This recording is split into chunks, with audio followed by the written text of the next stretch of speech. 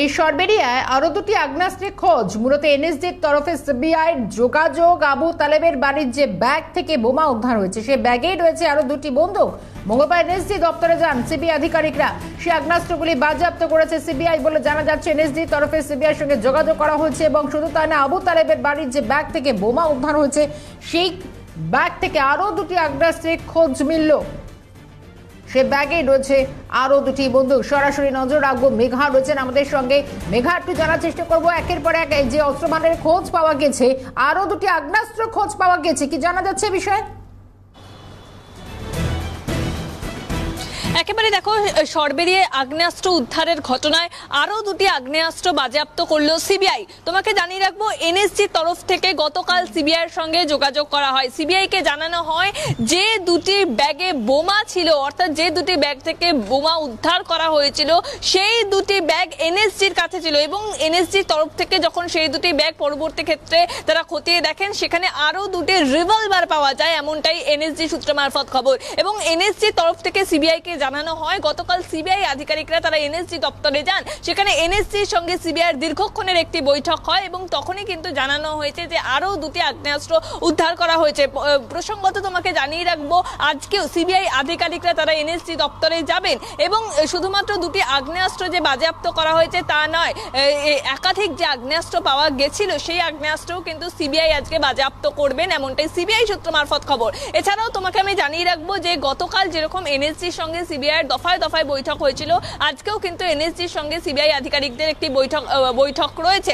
বেলা 10টার পর সিবিআই আধিকারিকরা তারা এনএসজি দপ্তরে যাবেন এবং সেখানেই কিন্তু তারা সরবেরিয়া আগ্নেয়াস্ত্র উদ্ধারের যে ঘটনা, সেই উদ্ধারের ঘটনায় কিন্তু তাদের বৈঠক রয়েছে, এমনটাই সিবিআই সূত্র মারফত খবর। অর্থাৎ আমরা প্রথমেই খবর ব্রেক করছি যে শুধুমাত্র 70 থেকে 80 লক্ষ টাকার আগ্নেয়াস্ত্র নয়, আরো দুটি রিভলভার বাজেয়াপ্ত করলো সিবিআই আধিকারিকরা। এবং বুঝতেই পারছো তাহলে আবু তালেবের বাড়িতে কত আগ্নেয়াস্ত্র মজুদ ছিল তারই কিন্তু হদিশ পেয়েছেন তদন্তকারী আধিকারিকরা। তারা আদালতে ইতিমধ্যেই জানিয়েছেন এবং পরবর্তী ক্ষেত্রে আবারও সিবিআই আধিকারিকরা তারা বসিরহাট আদালতের দ্বারস্থ হবেন এবং তারা জানাবেন যে লক্ষ লক্ষ টাকার এই যে আগ্নেয়াস্ত্র উদ্ধার করা হয়েছে, সেখানে কিন্তু বিভিন্ন জায়গায় আগ্নেয়াস্ত্র লুকিয়ে রাখারও চেষ্টা করা হয়েছিল।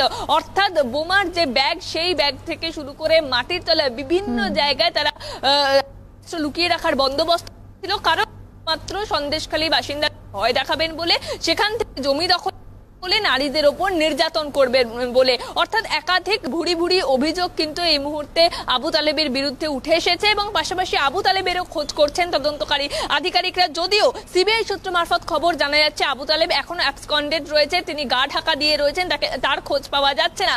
যতক্ষণ না পর্যন্ত তার খোঁজ পাওয়া যাবে ততক্ষণ পর্যন্ত স্পষ্ট হবে না এতগুলি আগ্নেয়াস্ত্র কোথা থেকে এসেছে, কারা তৈরি করত এবং এই আগ্নেয়াস্ত্র যে লাইসেন্স রয়েছে সেই লাইসেন্স কে দিত, এটা হচ্ছে সব থেকে বড় প্রশ্ন। কারণ একটা রিভলভার বা আগ্নেয়াস্ত্র যখন থাকছে তখন তার লাইসেন্স থাকা অত্যন্ত গুরুত্বপূর্ণ। সেক্ষেত্রে দাঁড়িয়ে লাইসেন্স কোথা থেকে আসতো, কারা লাইসেন্স পাইয়ে দেওয়ার বন্দোবস্ত করতেন, সেই বিষয়গুলি কিন্তু জানতে তৎপর হয়ে উঠেছেন সিবিআই আধিকারিকরা। মেঘা, এখান থেকে আরো একটু জানার চেষ্টা করবো, এই যে আগ্নেয়াস্ত্রের খোঁজ মিলল এবং সব থেকে বড় কথা এই বোমা উদ্ধারের ঘটনা, আগ্নেয়াস্ত্র অস্ত্র ভান্ডারের খোঁজ, একেবারে মেঘা আমার সঙ্গে থাকো। প্রাক্তন পুলিশ কর্তা অনিল জানা রয়েছেন আমার সঙ্গে এই মুহূর্তে টেলিফোন লাইনে। অনিল বাবু, স্বাগত জানাই আপনাকে সুপ্রভাত কালকাটা নিউজে।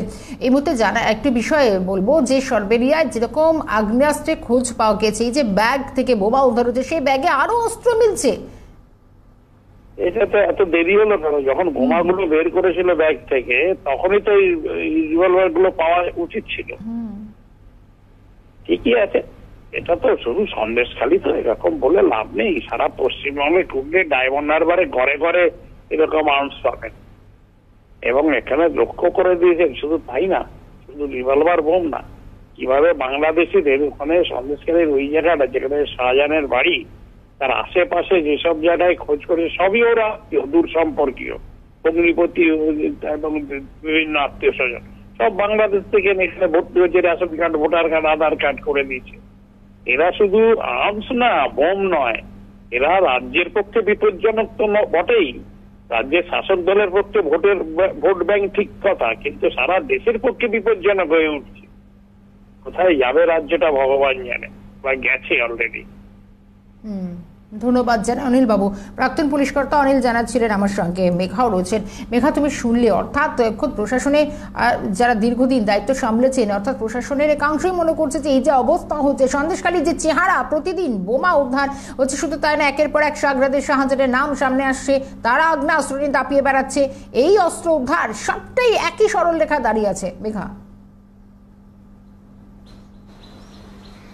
একেবারেই দেখো, এবং সন্দেশখালী বাসিন্দারা তারাও প্রশ্ন করছেন যে বর্তমান প্রশাসন তারা কি করছেন, কারণ সেই এলাকাতেই হয়তো কিছুটা দূরে হলেও সাধারণ মানুষদের বসবাস রয়েছে, সেই রাস্তা দিয়ে সাধারণ মানুষরা দিনের পর দিন যাতায়াত করছেন, কিন্তু সেই বাড়িতেই শেখ শাহজাহানের ঘনিষ্ঠ ব্যক্তি আবু তালেবের বাড়ি থেকেই একাধিক আগ্নেয়াস্ত্র বাজেয়াপ্ত করলেন। প্রায় 70 থেকে 80 লক্ষ টাকার আগ্নেয়াস্ত্র বাজেয়াপ্ত করা হয়েছিল, সিবিআইয়ের তরফ থেকে প্রেস রিলিজ করা হলো, কিন্তু গতকাল ফের এনএসজির তরফ থেকে সিবিআইয়ের কাছে ডাক এলো, কারণ আরো 2টি আগ্নেয়াস্ত্র বাজেয়াপ্ত করা হয়েছে, আরো 2টি রিভলভার বাজেয়াপ্ত করা হয়েছে।